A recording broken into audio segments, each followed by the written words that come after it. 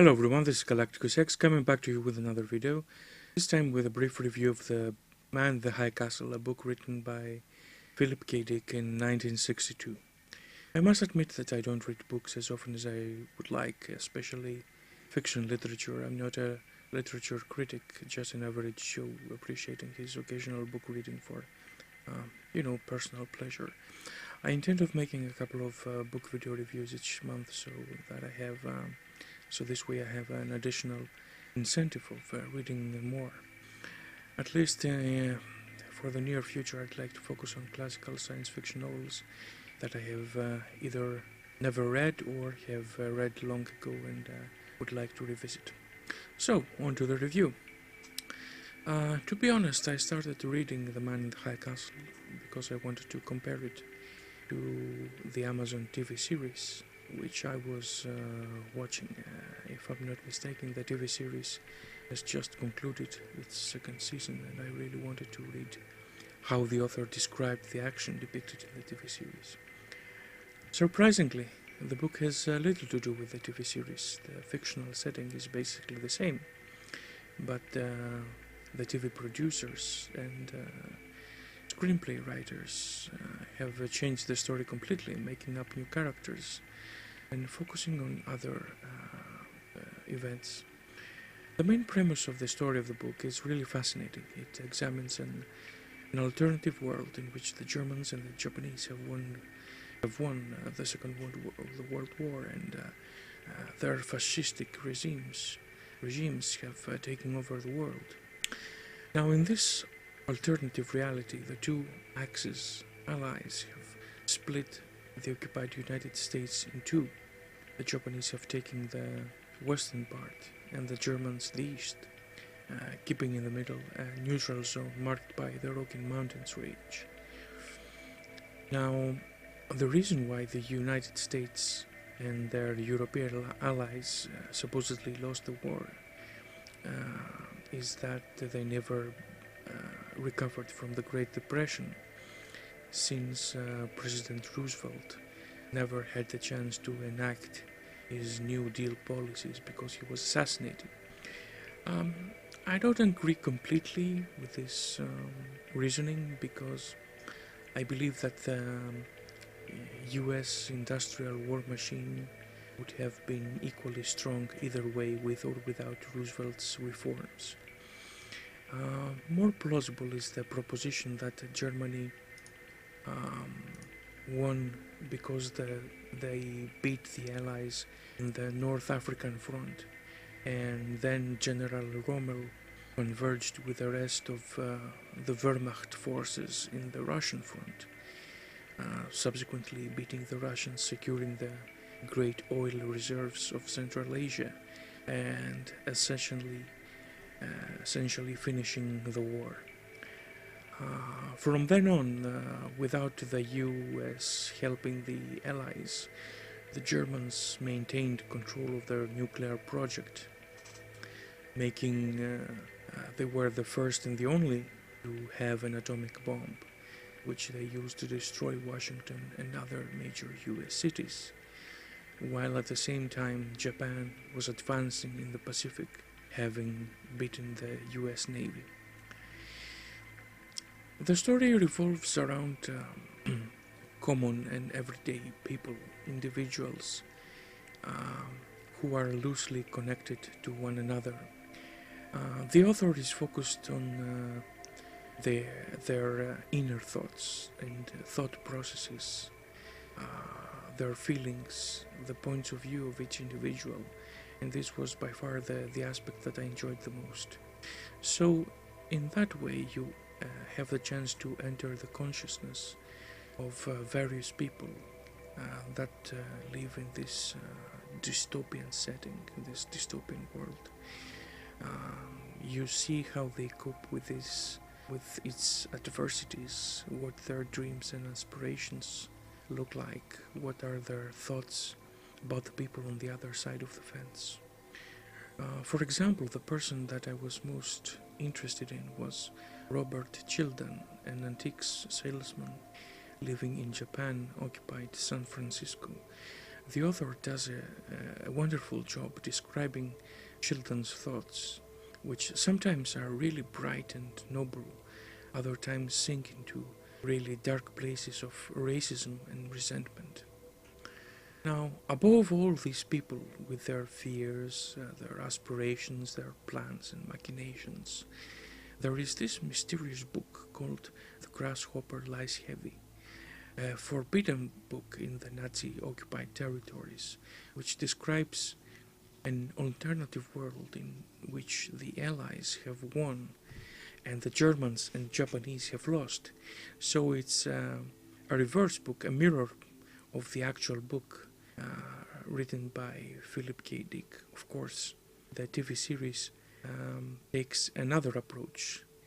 Instead of a book, they use those film reels that contain footage from our version of the Second World War. You know, that way it makes things a little more interesting to watch. They make things more dramatic. Another fascinating aspect of the book is the I Ching, which is a method of foretelling the future, a quite ancient set of philosophy and fortune-telling developed by the Chinese thousands of years ago. Half of the characters of the book find themselves in difficult situations, and they consult the I Ching to make sense of what's going on and what would be the best course of action.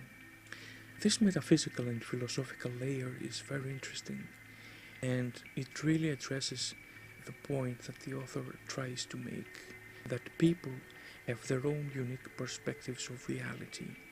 They try to make sense of it, and they often resort to external means of helping them make heads and tails of what the hell is going on, and that external consultant in this case is the I Ching, which is a tool essentially that helps us narrow down the infinite possibilities wandering in our minds and focus them, combine them into one actionable, reduce them rather into one useful and actionable decision. It is a catalyst that cuts through the confusion and brings clarity and understanding. Another aspect of the book that I found fascinating, but unfortunately it was underdeveloped, it was the really fascinating description of the great dreams, of the great projects of the Nazis, their idea of the perfect world. So you will have the chance to read about all these incredible achievements of the Third Reich, mostly technological achievements, how, for instance, in a matter of less than 20 years, they sent astronauts to the moon and Mars, how they were able to travel around the world with incredible hypersonic aircraft, how they made huge pharaonic projects like blocking the Straits of Gibraltar and draining the Mediterranean Sea so that they could transform it into a huge farming land. Of course, I don't know in reality how effective such a crazy project would be, since the bottom of the Mediterranean would be a huge basin of salt and also not a flat surface but a landscape of huge valleys and mountains. And perhaps this was intentional by the author, just to show you the collective madness of the Nazis, their obsessions, who thought they represented the culmination of the human civilization and perfection, and that's very well depicted on another description in the book. What the Nazi regime did with Africa, where they implemented their quote-unquote final solution after they occupied the land. They split the continent in two halves, in two portions rather, giving the Italians the western part of comprising of Egypt, Ethiopia, etc. And then they went on effectively exterminating the indigenous African population within 15 years or so, and after which they brought in European colonists of supposedly pure Aryan ancestry. So it goes to show you how their dreams of high culture and technological perfection went along with these horrific and atrocious acts of brutality. Another great point made by the book is the examination of what is history. You know, what gives real historic meaning to otherwise common everyday actions, objects, people. Sometimes, you know, a random or common artifact may end up having a huge historical connotation, a value, because of the circumstances or the people that used it. Sometimes people themselves ascribe historical value to otherwise random and seemingly worthless objects. Sometimes we just think that something has real historical value, but in reality we deceive ourselves and others intentionally or unintentionally to make some profit or to advance certain ideas. Now, what is frustrating about the book? It's mainly the disappointing and abrupt end. The ending was obviously an indication that the book was written hastily, and actually the book itself is rather short, and you can read it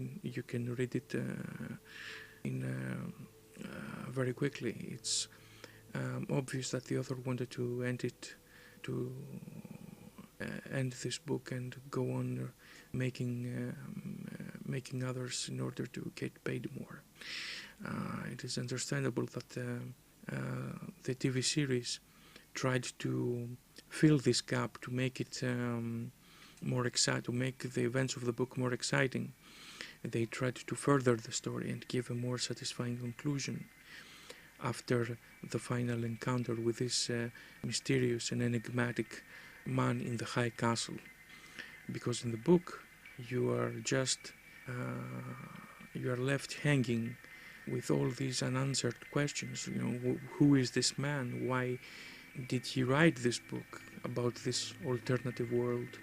How did he get all this information, all this detailed information? And of course you are told how this can be. It's no secret. There is in fact a way of physically traveling through parallel universes, but the crucial elements remain largely unexplored, and this is the biggest disappointment about the book. So I would say that reading The Man in the High Castle was was a nice reading experience overall. I really liked the introspection, the immersion into the characters' thoughts and minds, the philosophical conundrums, the rabbit hole of a universe inside another universe, and so on.